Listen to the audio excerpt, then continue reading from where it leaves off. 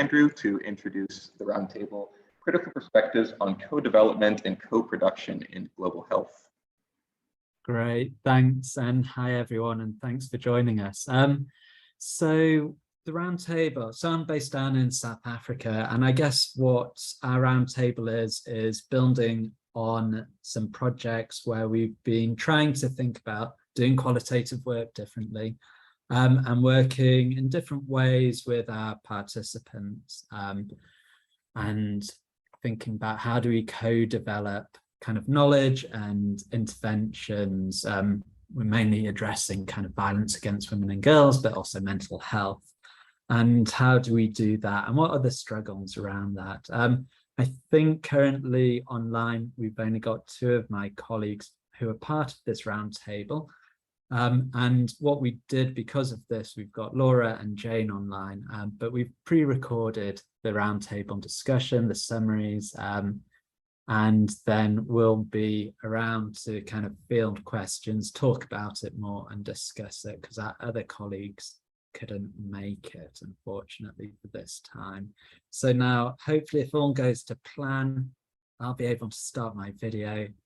Oh, Jane and Laura, do you just want to say hi? I've just seen both of you are on. Jane, quickly say hi and introduce yourself.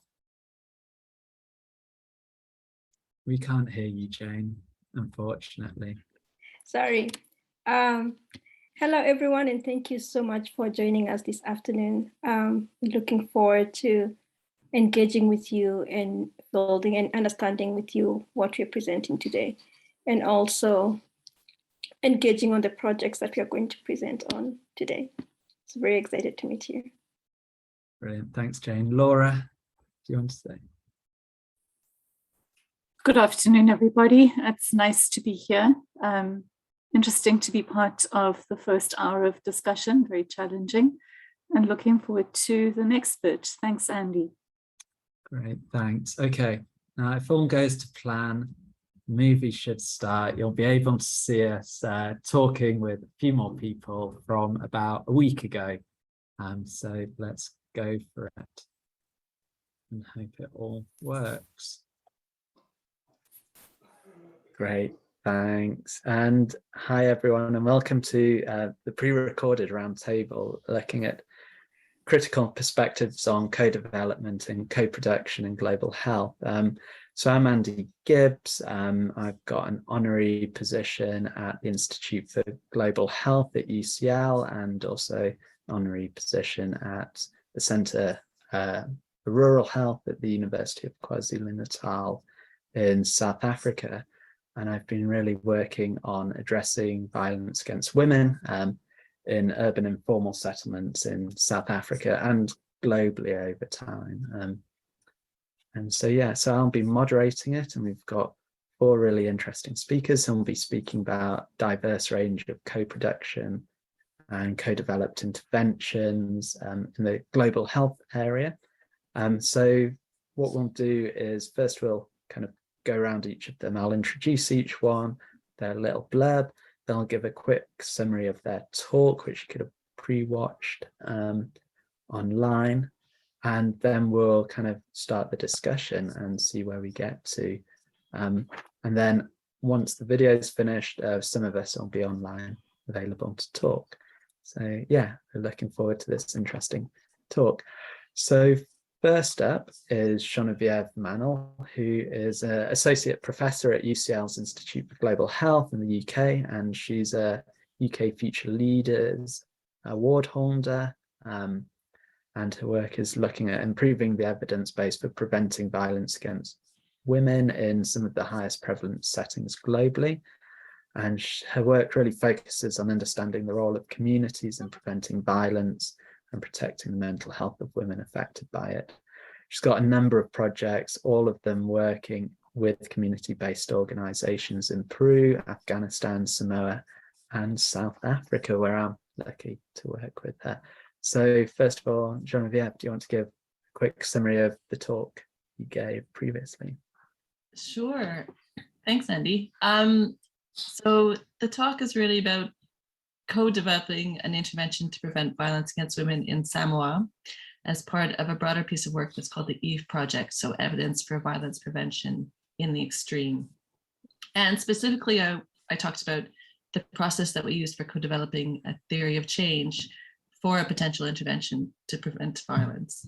And in Samoa, we're working with the Samoa Victim Support Group as our main primary partnership. And we're working with 20 of their village representatives across 10 different communities across the country. And what I talked about really was the different techniques that we tried to use in order to think about what the problem of violence is and how it might be solved as sort of a starting point for thinking about intervention development. And we used a number of techniques. So we talked about peer-to-peer interviews, where the village representatives went out to the communities and did interviews, community conversations, which were also facilitated by the village representatives that were used. And then finally workshops with the village representatives themselves to try to really unpick some of the pathways that might lead from particular intervention activities, like a gender transformative workshop, to sort of the specific outcome of actually preventing violence against women. And this whole process was really extremely enlightening. We learned a tremendous amount about Samoan communities, how they see the world, about their experiences of violence. That was extremely nuanced and interesting. And Samoa is such a remote part of the world. It's such a small country of only about 200,000 people that actually just the learning process and the relationship building was probably the most beneficial part of the entire piece of work. And as far as developing a theory of change for interventions, I think at the end we sort of thought, okay, well, this was a really, really good process we went through, but we questioned whether theories of change in themselves might be a little bit too linear for really getting at the complexities of experiences of violence in Samoa and how it might be prevented. And at the end, we're sort of looking through Indigenous frameworks in order to better conceptualize and capture some of the complexities of this process. And luckily, Samoa has some really rich Pacific ways of thinking and ways of seeing the world that we've been drawing on. So yeah, that's what my talk was about. I'll stop there, Andy, if that's okay. Yeah. No, that's great. Thanks. It was really interesting yesterday to hear it in full. So then next up, we've got Laura Washington, who works for Project Empower, which is a South African NGO working with communities to prevent violence against women. Project Empower focuses especially on informal settlement, where the rates of violence are exceedingly high. And, you know, again, I've been incredibly lucky to work with Laura and Project Empower over the past, I think, 10 years. And it's been, yeah, a real kind of development process for us all as we've kind of traveled on this journey about and eventually got to co-development. So Laura, over to you to give us a little summary of your presentation. Thanks, Andy, and good day to everybody who's listening or watching. It strikes me this isn't part of the presentation, but it does strike me that our co-development journey did begin some time back in the relationship between Project Empower and yourself as a researcher, and along with your other research colleagues in UKZN and the Medical Research Council.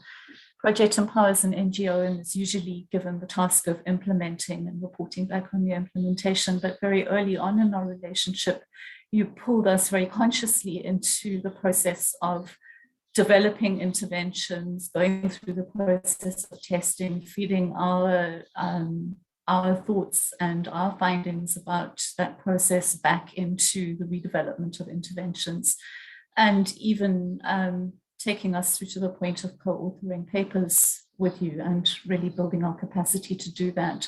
So I think the logical next step was to take the co-development methodology and work with you and Jenevieve with a team of 4 young peer research assistants, young women drawn from an informal settlement. And that's what our presentation was talking about, is that co-development journey with them.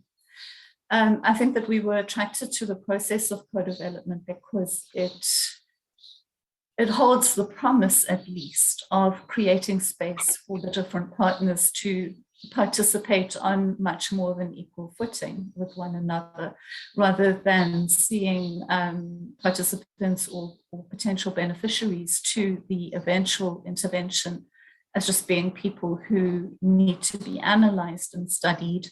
The space is created for them to participate not only in the data collection, but in the analysis of that, in deep analysis of underlying problems and drivers of intimate partner violence, through to actually walking along the journey of developing the intervention and testing it. The promise is certainly there, and the space is certainly opened up for that to happen. But what we found is that we pretty much immediately were confronted with the same power dynamics and hierarchical sets of relationships that existed before we started on the project, and particularly the class, race, and in some cases gender hierarchies that existed between ourselves as NGOs, stroke researchers, and the young peer research assistants. What we tried to do was to equalize the relationship by employing the YPRAs. That's the young women who were living in the informal settlements. So we gave them job descriptions, employment contracts, and wanted to incorporate them as colleagues in the team. And I think what we discovered, and this was, I think, an important learning, was what we actually managed to do was concretize the hierarchy. So instead of equalizing the relationship and putting us all on the same platform as colleagues, what we did was create a managerial worker relationship with the YPRAs. And I think in some ways that kind of stunted their participation at the beginning of the project. They were quite keen to impress upon us that they were good workers, and were reluctant initially to speak too openly about their life in case that can jeopardize their employment relationship with us. I think finally what we learned, though, is that given sufficient time and making relationship building and trust building a really conscious part of the process of co-development, we can arrive at a point where we really derive a very rich, nuanced, detailed, solid understanding of young women's lives and the possibilities around intervention potential. We certainly got to a point that we wouldn't have arrived at, and that point was co-developing an intervention aimed at improving communication between young couples living in informal settlements, and we wouldn't have arrived at that point without the co-development process. So thank you. Cool, thanks, Laura. Yeah, lots of complicated findings about our power. We try and address it, but can we ever? And then turn over to Katie. Next, Katie Atmore, who's the only person I've not worked with on this panel. So, and she's currently the scientific coordinator for the Inspire project at King's College London, and she spent the last 5 years working in mental health research in the UK, South Africa, Kenya, and Mozambique on projects around intellectual disability advocacy, experiences of GBV, gender-based violence, using human-centered design processes, perinatal mental health and peer education. And she spoke about a human-centered design process for perinatal mental health amongst young women in Mozambique. So Katie, over to you to give us a quick summary. Thanks very much, Andy. Hope everyone can hear me. So a quick summary of the talk which I gave, which of course I'm sure everyone who's watching this will have watched. So I have been working for the last few years in Mozambique with teenage mothers. So a few years back, we started out with the Catalyst project, which was essentially a pilot to see if we could use human-centered design methods with young people in Mozambique in a sort of low resource setting. Would that methodology work at all to design a mental health intervention? Could we get everyone on board? Could we get ethics? Could we get buy-in from the local stakeholders? And with these young mothers, who some of whom were just teenagers, would they be up for engaging with methodology like this? So that was the pilot. And the idea was to create interventions for the well-being of these young mothers. So we used a human-centered design methodology, so specific type of participatory research, which has a 5-step framework for engagement with the stakeholders. So essentially taking a problem, going to your stakeholders and reframing it from their perspective to sort of find the problems within the problems, which might be slightly different to the question that you took in initially, and then to keep working with the stakeholders to start to think of solutions to the problems, and then to prototype these solutions and test them out. So we, after a few false starts and a few hiccups along the way, which of course we expect in any kind of research, especially a flexible methodology like human-centered design, we managed to prove that the human-centered design methodology was working in this setting and was actually being really enjoyed by the young mothers. And we managed after a while to get the different research entities that we were working with in Mozambique on board. It was initially a little bit difficult because they said, well, what's your intervention? And we said, we don't know, we're going to work it out. So getting people to get their heads around something that's not sort of predetermined in research was a bit of a challenge. So that was quite a good learning from the project. It just takes a little bit more time to develop these relationships to get everyone on board. Another finding which I discussed in the presentation was the idea of flattening hierarchies. So I think both Laura and Genevieve mentioned sort of trying to make sure that men and women feel that they have equal voices in the project, older people, younger people, especially when we were working with teenage mothers who typically are really sort of at the bottom, some of the bottom rungs of in the sort of power structure of society. So making sure they felt like they could voice their opinions, even in the presence of kind of health workers or midwives who there were some quite tricky relationships with. And again, working with international teams to make sure that the researchers in Kenya, another project in Mozambique felt comfortable to say when things weren't going according to plan so that we could problem solve on the fly. All that to say that after the year or two on the project, we'd learned a lot, and it was all sort of about these trust building relationships that facilitated this kind of methodology. Cool, thanks, Katie. Yeah, and I think it was really interesting to hear about in your presentation yesterday how a lot of the time you saw the young women you're working with, their confidence get built, and it's through that process that they started to be able to speak about it, about the issues they faced. And I think that's a central thing that comes across in most of these presentations as well. And then finally, over to Jane Ndungu, who is a young researcher. She works on research and projects, activities linked to the prevention of violence against women and girls. She's based down in Nelson Mandela University in the Eastern Cape in South Africa. And her work has really focused on prevention design, focused on violence against women and girls, where she seeks to promote the inclusion of young people in the design of interventions for themselves.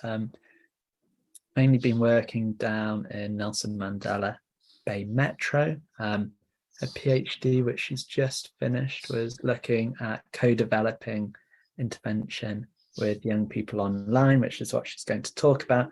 And then she'll be moving on to doing a co-development project with refugees in Durban as part of her Welcome Early Career Fellowship, which is excellent. So Jane, do you want to give us a quick summary and then we can get into the discussion? Okay, thanks. Thank you, Andy. So in the presentation, we provided some reflections on the study Andy was talking about, where I worked with a group of young people to co-develop an online participatory prevention intervention, which was supervised by Dr. Andrew Gibbs. So in this work, we were able to work with a group of 4 young learners in the Eastern Cape province of South Africa. And we worked fully online over a period of 5 sessions with them. And we were able to generate a problem tree on violence prevention in the South African context. And the entire process was driven by young people. And I was there just to guide them and provide some insights from scientific perspective, which we're going to talk about when you're looking at the questions, might not have gone very well. And some of the challenges we experienced, especially, were dialogical communication, which was driven by young people's experience of instruction, which is often didactic, and different forms of knowledge between the facilitator and these young learners, where the facilitator, who was me, comes in possessing scientific knowledge, which the young people do not necessarily have. And so we reflected on some of the strengths and challenges that we encountered in the process. But overall, we found that co-development online with young people is possible. It is very possible. And when young people are given that space to think and reflect on their experiences, they are able to come to look at some of the drivers of violence and also come up with ideas for prevention activities. But we need to have a collective effort in the group to enable dialogical communication in co-development processes. Cool, thanks. I think, yeah, this issue of people not learning to speak, but learning to having both the confidence and ability to talk openly in situations that they're not normally able to is kind of the key one, which cuts across many of these. And I wanted to change some of the questions. I wanted to dive straight into this question about power. And I guess the human-centered design process, as Katie was saying, was trying to flatten these power hierarchies. And that's what co-development attempts to do. It attempts to equalize power between the researchers, the NGOs, who often implement these processes, and the researched. And I guess all of your presentations suggest it's a bit more complicated than that. And I guess I wanted people to reflect on, do these processes, are they more equitable, or are they always going to be inherently ridden through with power inequalities and we can't get out of them? So I don't know who wants to take a stab at answering that first. I don't think, Andy, if I can jump in, I'm not sure that we can pretend that the real world doesn't actually exist. It does exist. It will always be with us. And part of what we are, I guess, as progressive researchers trying to do is transform the power relations that are embedded in the world that we are working in. So we can't leave that behind us and enter into co-development pretending that those power dynamics don't exist, and that some people's status is elevated and other people's are subordinated. And I think that's especially extreme when you're working in a post-colonial context like South Africa, where we are with people who are extremely marginalized. I think the thing about co-development is acknowledging those power hierarchies and using the space that is opened up by the methodology to consciously work to diminish the impact of those power hierarchies on the work that you're doing. And I think that's essentially a process of building human relationships. And it sounds kind of soft and fuzzy and like warm and huggy, but it isn't.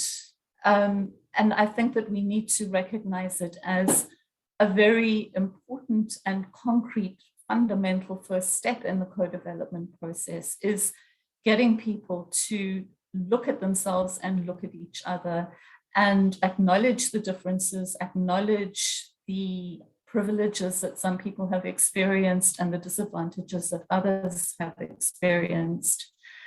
And begin the process of working towards a space where we can actually take each other on and contest one another's ideas.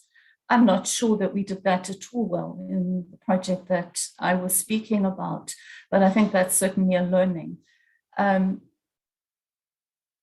develop that confidence, to contest and challenge and take each other on, and work towards diminishing those power hierarchies. Thanks. Thanks, Laura. Anyone want to I respond? think sort of feeding on what Laura said too, and actually previous conversations that Laura and I have had. So it's a little bit, I think it's also the element of not only thinking about how we might sort of give people confidence in order to come into the research field and sort of speak on behalf of themselves within this new sphere, but also how do we as researchers reevaluate our own positionality within that, and sort of thinking about what are the things that we need to do and reflect on in order to rebalance that power hierarchy, because I think we're quite comfortable being the experts. You know, we've been trained as the experts in research. And if we're really going to create a co-developed process, then that really requires being reflective about what our own positionality is within that process, I think. And so that's what I'd say. And another thing is that I don't think that it happens one-off. So it's not about sort of designing a project that is using co-development and thinking that's where it ends. It's, as Laura's saying, you know, a constant sort of relationship building and negotiation and reflection about what activities we're doing, how we're dealing with the people in the project, how we're actually sort of responding to others, and keeping ourselves in check, I guess is what I would say. I think that's really important. Thanks.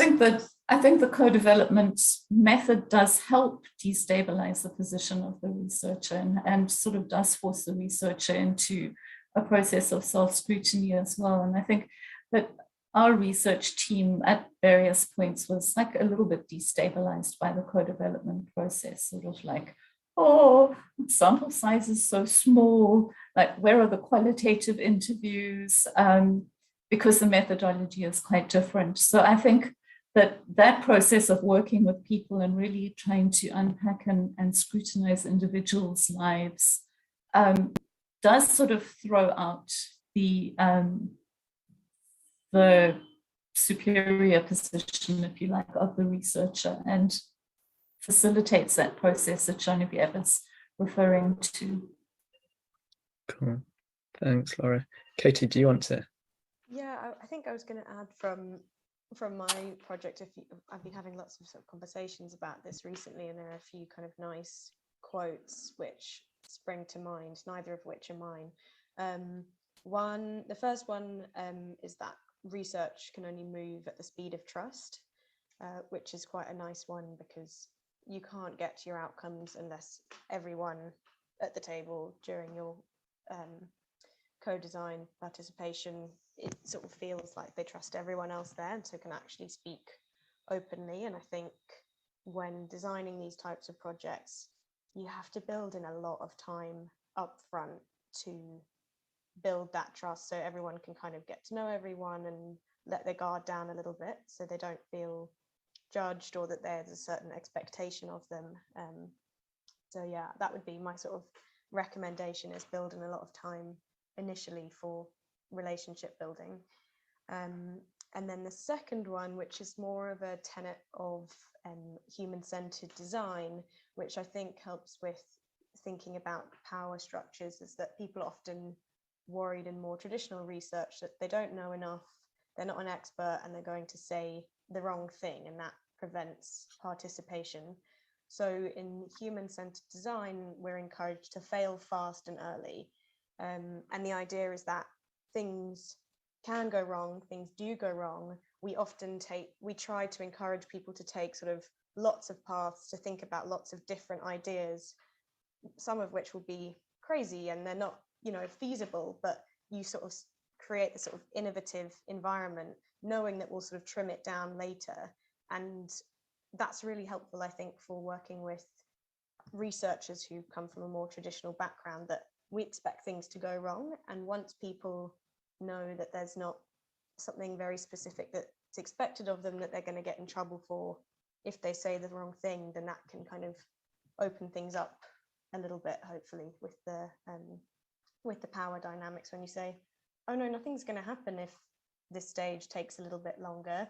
You're not going to lose your jobs if this initial idea needs to be changed a little bit. This is all part of the process. So those were my two kind of learning. Yeah, interesting. And just before I go on to Jane, I guess interesting to think about how other structures create those incentives. Obviously, funding cycles, donor-driven timelines. It makes it harder to acknowledge kind of problems and things like that, and also slows down the ability, or makes it harder to build trust, because you can't dedicate a long time to building those relationships. Jane, do you want to come in on kind of power? Yeah, and I think some of the challenges that I encountered, Genevieve and Katie have touched on them a bit, and I struggled with two things. So I was working with young people, and they were very clear that I'm old. So there was that already power dynamic between an adult and young people. And especially in sub-Saharan context, young people are taught that rather they come from experience where the adult instructs them, right? So there's that didactic form of instruction. But over and above, I also came in with the scientific evidence, which sometimes I wondered whether I should bring it in the co-development process, or I should rather let them run with what they know. So at various points, there was that risk of me almost resorting to didactic instruction and challenging dialogical conversation. And I think the big one for me, Andy, my big question still is, how do we navigate this existing imbalance in knowledge and power in such spaces with young people without shaping their participation to fit certain parameters and reinforcing hegemonic sources of knowledge? And I'm still struggling with that. I don't have an answer to that. Yeah, no, I think that's a great question, and let's ask it to everyone. I'll just reframe it slightly.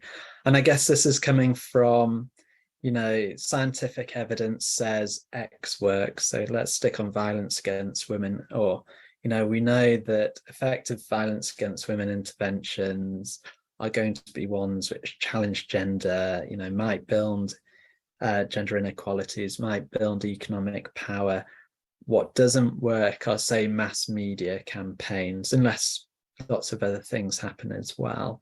And so in Jane's work, one of the things that happened was, the young people would say things like, oh, we need a campaign to raise the issue of violence against women as the solution. And yet, we sit there, we go, but this doesn't work. And I guess, how do we deal with that, where, have people experiences or want to kind of, how do we deal where these kind of forms of knowledge collide, or we think we know right and they don't?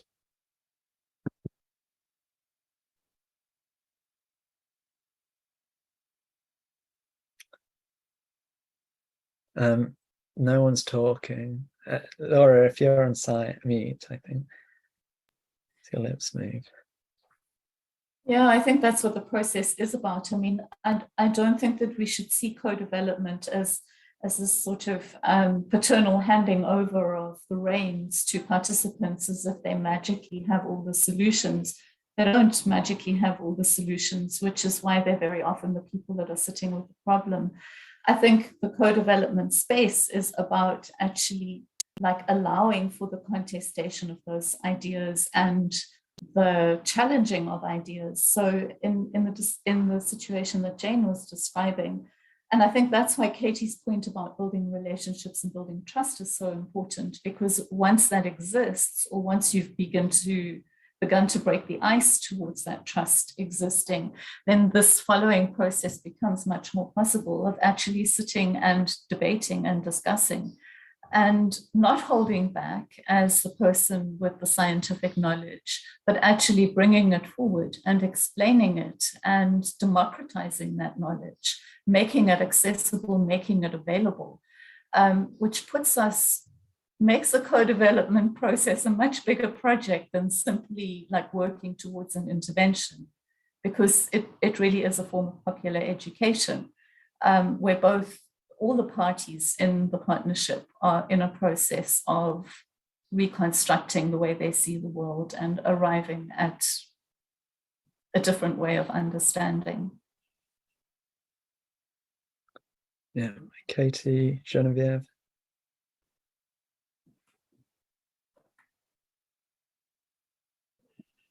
Neither. Yeah, I can think, I'm just sort of gathering my thoughts, but I think, because I think that was really well put by Laura, actually. I do think it's about co-constructing in a sense, right? So it's not just about, as Laura said, it's not just about sort of communicating ideas to, or sort of giving power over to local participants or local potential recipients of interventions. It's about thinking about how we're kind of co-constructing solutions. And so, yes, it's about bringing in that scientific knowledge as well as sort of the local understandings of lived experiences. But even so, in the experience that we've had in Samoa, I think that is also extended to looking at Indigenous frameworks. And so I use the example in my talk around thinking about how Indigenous frameworks can help us rethink theories of change. But I think that's not to say that theories of change should be thrown out entirely. It's a matter of thinking about actually how do we bring these two things together in order to create something new that's beneficial to both sides of the equation. So it's really thinking about if theories of change represent sort of a dominant way or framework of knowledge that we've been using sort of around linearity and thinking about pathways of change, then how do we maybe need to challenge that, and not just for Indigenous communities, but actually for everybody. So what can we learn from other people's perspectives that might change the ways in which we do research? And being open to that is, to me, what co-development really is about. Yeah, I guess for me, one of the final ways to kind of equalize power dynamics is one of the remaining power imbalances in research in these participatory projects, as you tend to have the academic researchers working with the sort of stakeholders. So invariably, as much as you kind of co-design together, if the researchers are the ones where the funding comes from, where the timelines come from, and ultimately have the power to end the project, you know, that's a major power imbalance. So pushing for projects that are actually stakeholder led, so they have their own funding and they don't have to always engage with us boring academics. They can do it themselves. So making sure that projects are capacity building, so that there's more ability for stakeholders to do this this kind of work within their own communities is an important one, which maybe puts us out of a job, but I think that would be a great final outcome. Yeah, if we can retire, we'd all be happy. And I guess, yeah, just picking up on that, the other place where it all falls to bits is often writing up and publications, whether kind of more popular, kind of accessible, or kind of academic publications, where I know I've struggled in my own work on this, you know, how to do that. But I wanted to then, because we've just got 4 minutes left, quickly go to the question of doing things remotely. COVID, you know, we haven't been able to do it as well, you know, face-to-face much. We've just started kind of face-to-face work again properly. Jane had to do her whole PhD online. Problems, challenges. Is it possible to kind of keep this remote work, or do we need to all sit around a table or in a room doing participatory activities? Jane, what do you think after having done your PhD all online? I think it's possible, and I'd love to continue working online, actually. But the issue is we first need to iron out a few challenges that are emerged in the study. And an important one would be creating that safe space online, that safe social space where young people can sit and engage and speak honestly on their thoughts, and which would then enable that transformative communication to come through, right? And that means building trust and privacy and safety online, but also coming up with safe platforms, because then those would be at the center, the core of enabling transformative communication. And that obviously is beyond the practical issues such as data and providing smart devices. But I think when working with young people, they really enjoyed working online, and they said so. And they found it really convenient, as opposed to running between from class to class and coming in to work with someone. You're able to work from home when they're having their popcorn and in a space they considered very comfortable. So I think it's possible if we can iron out these issues. And personally, I did enjoy it, and I'd love to continue with such work. Yeah, lots of things, a positive response about it. Has anyone got any other views on it?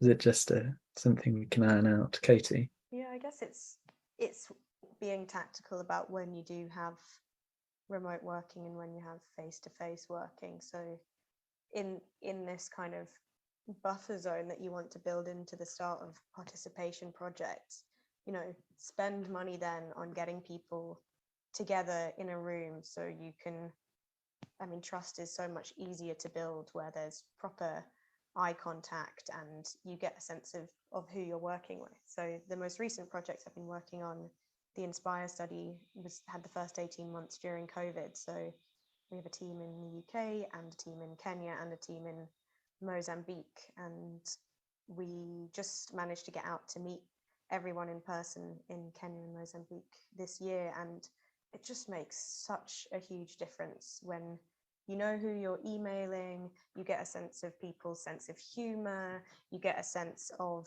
how they interact with each other, going to the study sites, and just there's so much information that you can gather very quickly so that when you switch over afterwards to emails and Zoom calls, it's just so much more efficient and you know who is in the room. So I think it's a sense of kind of planning it early and getting to know people up front, and then remote working is much more fruitful.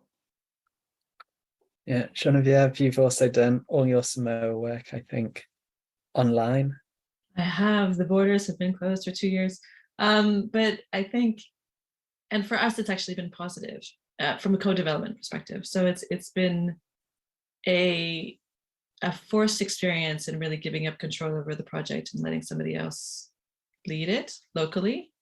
And that has required, you know, they've changed objectives on us or changed activities drastically just because they thought that it was more appropriate. And you know what, they were right. And so at the end of the day, I think for us and our project, it was quite fruitful having the space to really give them complete control over what they were doing locally. But it is limited in all the ways that you're talking about. So talking about building trust, how on earth do you build trust when you've only had an online relationship? And it is possible. I think I've learned that it is possible, but it's not as good. And so, you know, I guess as we sort of transition to not having to do everything online, it's about finding the things that have actually been good about the online environment for co-production or collaborations that are positive, and holding on to those things, and then doing the things that do need to be done in person, like brainstorming. I just find impossible to do online, really.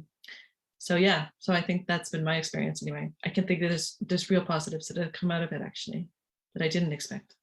Cool, thanks. Laura, what's your thoughts? Yeah, I'll go with what everyone was saying about the human dimension of building relationships and building trust. Just to throw in the issue of connectivity, though, we really are living in a world that is digitally divided. And it's not just about access to smartphones, it's also about access to 4G and access to 5G. We have enough difficulties in the research teams that we all work with on our various platforms, moving from Teams to Zoom because Teams doesn't work and Zoom works better. The work that we were doing in a rural community, we actually could do very little remote work at all. It was just basically WhatsApp texts and WhatsApp voice notes that we were able to do because of the issues of connectivity. Hardly anyone in South Africa has got 5G at the moment. 5G is just a norm in most parts of Europe and the UK, I think. So let's factor that in as well, and the limitations that are provided just by the technological infrastructure. Thanks, Andy. Yeah, thanks. So I guess, yeah, I think we're best calling that quits for this roundtable part. And then I guess we'll finish this video, and then we'll hopefully get some questions from the floor for those of us who can make it. So yeah, thanks everyone for doing the roundtable. And yeah, we'll continue this conversation. Right, bye. I don't know, do say bye. Bye. Bye. Bye-bye. Bye. Okay, hopefully that worked okay, and we're back into real time. So yeah, I guess, you know, we've only got 15 minutes left. So if there are questions, if people either want to type them in or can raise them, I guess while people are thinking of questions, I just wanted to kind of, as I was listening and thinking about it in terms of kind of more theory, you know, some of the ideas really are kind of based on like maybe Habermas's kind of ideas of the public sphere, and how do we use that sort of space, you know, and Freire's notion of critical consciousness as ways to think about creating new forms of knowledge and different forms of knowledge coming together. So I think that was really good, and really kind of helps maybe theorize it a little. I see we've got one long comment. So let me just have a quick read, unless Michael, do you just want to say it? Do you want, instead of me reading out your words? Yeah, well, thank you. The first words are very clear. I think, thank you all. I think that was a great conversation that you had. Also enacted, I think, although not live, but still as a way of that reflected the learning process. And, you know, what I was trying to say in my comment question here is, it related to me back to the discussion we just had in the previous session with regard to post-qualitative inquiry. And, you know, so here it sounded to me as if the new methods, new methodologies, innovation, that was part of the issue last session, creativity, divergence also, was a byproduct in this process that you engaged in. So this is what I took away. I'm not quite sure whether I read that correctly, but it was driven by intervention or by change, by seeking change. I mean, so that was the engine, that was the motor of being in the field and working. And so this is then where co-development seemed to have been a very important corrective, I mean, a continuous corrective en route. Yeah, because with what you call co-development here, there is no way to ultimately instigate change and have new methods, new methodologies, and new approaches emerge on the way. So if that is kind of correct, what I take away here, could that be a model for you know, all kind of methodological innovation? Where does it come from? How does it emerge? So does that make sense? So this is where I'm trying to fit my, or the last session, but also my own interest in, you know, what are we doing methodologically in this realm of, broadly speaking, qualitative inquiry. And I apologize for this large, long comment and now my elaboration, but it's a complex kind of issue. Yeah. Jane or Laura, do you want to respond first, or do you want me to say one or two little bits? I'm quite keen for you two to speak. Jump in, Andy. So yeah, I think, you know, we also, maybe this kind of, the way I had first seen a lot of these projects was quite linear. So almost, you know, while we might have used quite different techniques to generate data, you know, we attempted to get people to construct characters and do life courses for the characters and try and get at the ideas and knowledge in different kind of ways. But I think I'd thought about it in quite linear kind of, you know, we'll do this and we'll move on to this. And that kind of fell down very quickly, I think. And it became lots of these activities were kind of a negotiation between kind of the academics, the NGOs and the participants who resisted quite heavily some of the things like Jenevieve and I had thought would be brilliant. But they were like, this doesn't work for us. So yeah, in that sense, I think having the time, the space, the money, you know, because we were lucky to get a project which funded this kind of approach, where we could just go, oh, it hasn't worked, you know, let's change it, has been critical in generating different ways of thinking about young people's lives and recognizing that our views and their kind of views are bounded, you know, and we have to somehow try and find a center point. Well, not a center. We've got different ways of looking at the same objects and they're all valid, you know, rather than privileging one or the other. I think that was a critical point for us as well.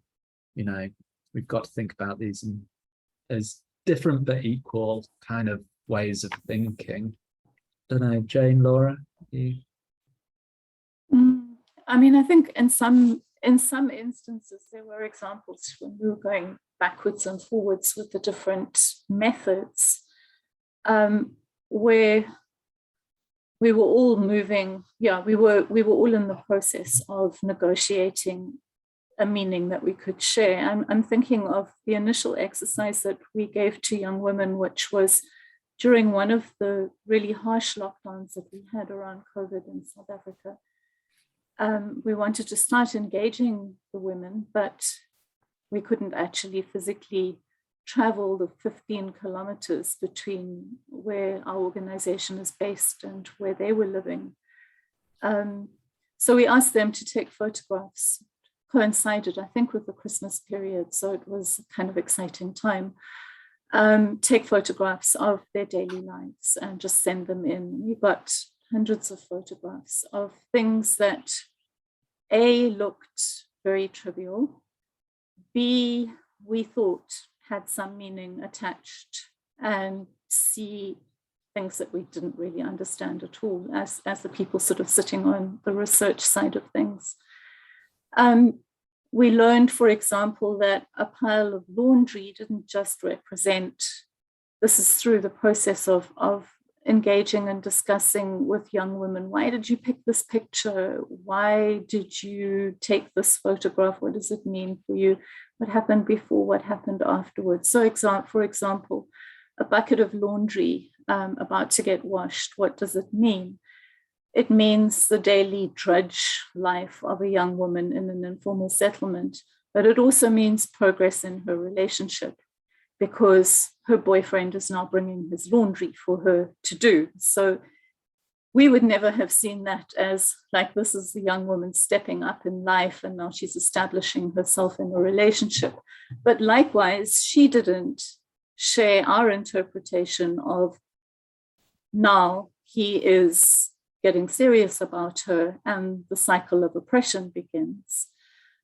So, I mean, that was, just in the light of the first hour of discussion this afternoon, that was just an interesting exercise in how there's so many interpretations to a single object, which is a photograph of daily life chosen by somebody. And none of us really had the meaning of that photograph. And through the process of discussion and engaging, we all shifted in the way we were thinking about things and finally kind of moved to a point where we could work together. So I just wanted to throw that in as an example.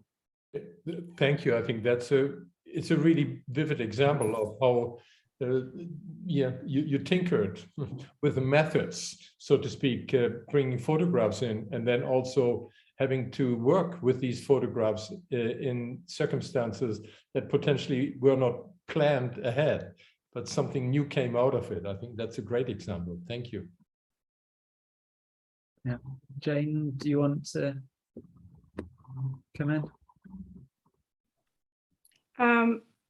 I think I also wanted to add, and this links to what Laura was saying about the different forms of knowledge that the participants have. And from my experience working with young people, we quickly recognized that young people possess a form of knowledge that we do not have, right? And for example, in South Africa and in Sub-Saharan Africa, we tend to think that young people are naive and they do not understand their sexual realities, which is not the truth, which is not true.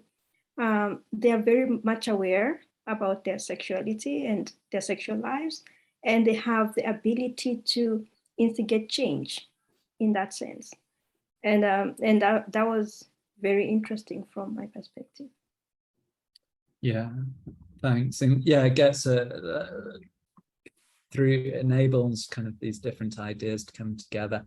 And I guess you talked a lot about this, and so maybe Jane, you want to touch on it a little bit. So a question in the chat from Abigail, really about kind of the effect of the researcher evaluators' location in the power hierarchy and how that impacts on the co-development process. And, you know, any examples of that? And, you know, any times, this is kind of also interesting, any times where co-development's been led by someone who doesn't have that kind of power position, you know, I'm just wondering if at times any of the, Laura or Jane, do you want to tackle that and complexities within 2 minutes or so? Yeah, I mean, that really is the challenge. I think in many ways those institutionalized hierarchies and power relations, which in our context are like so long-standing, cross over so many generations, it really is the first challenge that has to be overcome. But even when the identities are shared between the people involved in the research process and the participants, there's still a perception of, you won't understand my reality because you are so different and you've never suffered in the way I've suffered, you've never lived in the way I've lived.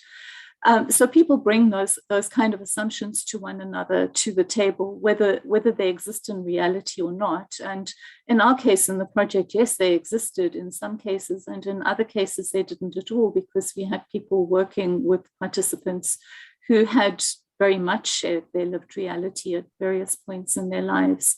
I think it's all part of the process, bringing what you know about yourself to the table and being open to the challenges that you're going to receive, and being sensitive to the fact that those challenges may not be articulated clearly, but may be articulated passively, and being receptive to that and able to interpret that as well. Yeah, thanks. And that's, you know, exactly what I, as you spoke, started to think about, how in other work we've done where we've worked, you know, to deliver interventions with people from very similar backgrounds, but still that hierarchy sits there until they somehow negotiate it. Jane, you've got probably 30 seconds or so, or 1 minute actually. Okay, now I'll use it wisely. So I don't have experience with working in a co-development process where the facilitator has a lower positions in terms of power. And but that would be interesting. I'd love to experience something like that. But I think what drives more complexity is the power dynamics in the group that emerges within the group during the co-development process. And that brings about a whole new level of of challenges within the power challenges within the group. But the reality is one of the challenges that we're going to experience in this work is the power dynamics and that position of power, one group or one person in the group having position of power in the group. Yeah, and I think as a kind of final kind of closing thing around power and to wrap up the co-development work, I think one of the things we try and do in our work is acknowledge it, you know, rather than trying to gloss over it or say, oh, we've managed to overcome it. You know, we try and sit with it at times. Whether we're always successful is another thing, but we at least try and acknowledge, and by acknowledging, hopefully we can start to address it in some ways. But I'll call that to an end now. So thanks everyone for listening. Thanks to Jane and Laura being on, and yeah, look forward to the rest of the evening as it is here. All right, cheers everyone.